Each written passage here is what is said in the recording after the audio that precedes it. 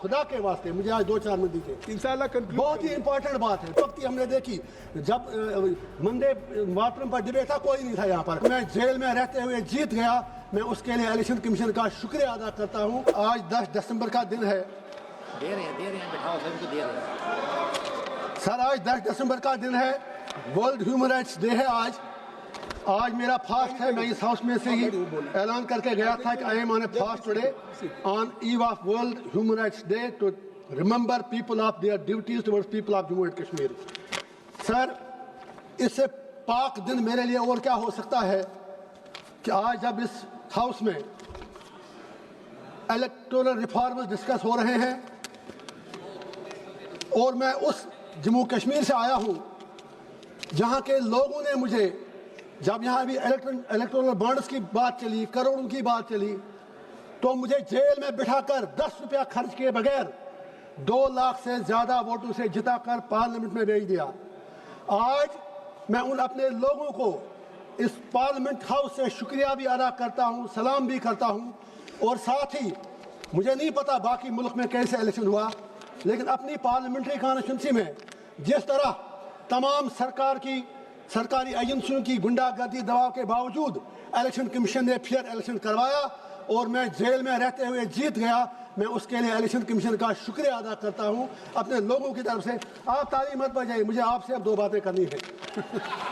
तो ये बात आ गई आपकी बात। नहीं, आप इनकी बात भी करें। इंजीनियर साहब सर। आपने जिस तरह से अब बात करने दीजिए ना सर। जज्बात की तर्जुमानी की है, शुक्रिया वो आपके पूरे वतन तक चली। शुक्रिया। अब नहीं, शुक्रिया सर। अब मुझे इनसे भी बात करने से प्लीज आज खुदा के वास्ते मुझे आज 2-4 मिनट दीजिए। इंशाल्लाह बहुत ही इंपॉर्टेंट बात है, बहुत ही इंपॉर्टेंट बात है। मैं ये कह रहा हूं, या तो आप इलेक्शन रिफॉर्म्स कर लीजिए, जेल से be serious for a while please, for God sake, don't make mockery of the service. आपकी देशभक्ति हमने देखी जब मंदे मातरम पर डिबेट था, कोई नहीं था यहाँ पर। हमें आप क्लास में बिठा के रखते हैं, भाग जाते हैं।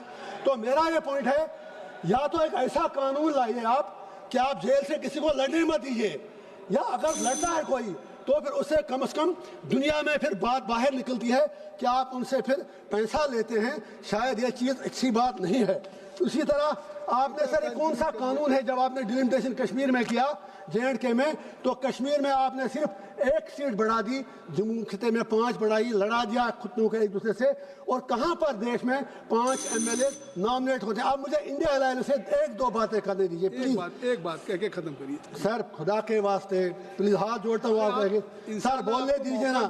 अरे सर प्लीज देखे ना, प्लीज देखे, बात तो सुनिए। मैं भी त्योहार जा रहा हूँ, ये घर जा रहे हैं अपने, रहम तो कीजिए मुझ पर। भूख हड़ताल पे हूँ सुबह से, कुछ तो रहम कीजिए, बोलने तो दीजिए। मैं पप्पू यादव जी को मुझे उनका सम्मान है। सर सुनिए ना प्लीज, मैं वहाँ आऊँगा फिर। मैं ये इंडिया अलायंस से बात करना चाहूँ, आप फैसला कर दो। आप तो एक तरफ कहते हैं वोट चोरी होती है, आपके इंडिया अलायंस के पार्टनर जो हमारी स्टेट के बड़े लीडर हैं वो कहते हैं इलेक्शन फेयर हुआ, लेकिन दूसरी तरफ कहते हैं मैं इसलिए हारा क्योंकि वहाँ पर इस्लामाइजेशन और रेडिकलाइजेशन थी। उनके एमपीज यहाँ कहते हैं नहीं इलेक्शन फेयर हुआ, कुछ कहते हैं नहीं हुआ। आप आज ये फैसला कर लें, सिर्फ अगर वाकई आपको आगे डेमोक्रेसी को जिंदा रखना है तो इतिहास में सबक लेना जरूरी है। राहुल गांधी जी ने सही कहा एंटी नेशनल एक्ट, तो 1987 को मत भूलिएगा आप। 1987 में आपके सवाल आ गए, सैयद अली गिलानी, लोन, यासीन मलिक, उन सबको तशद्दुद किया, उनके मुंह में उनके आलू डाल दिए। वो सबसे बड़ा इंटरनेशनल एक्ट था, उसकी वजह से लोग वहां पर मिलिटेंट बने। उस इंटरनेशनल एक्ट की कीमत आज आपको चुकानी पड़ रही है पूरे कंट्री को, उसके लिए आपको भी जवाब देना है।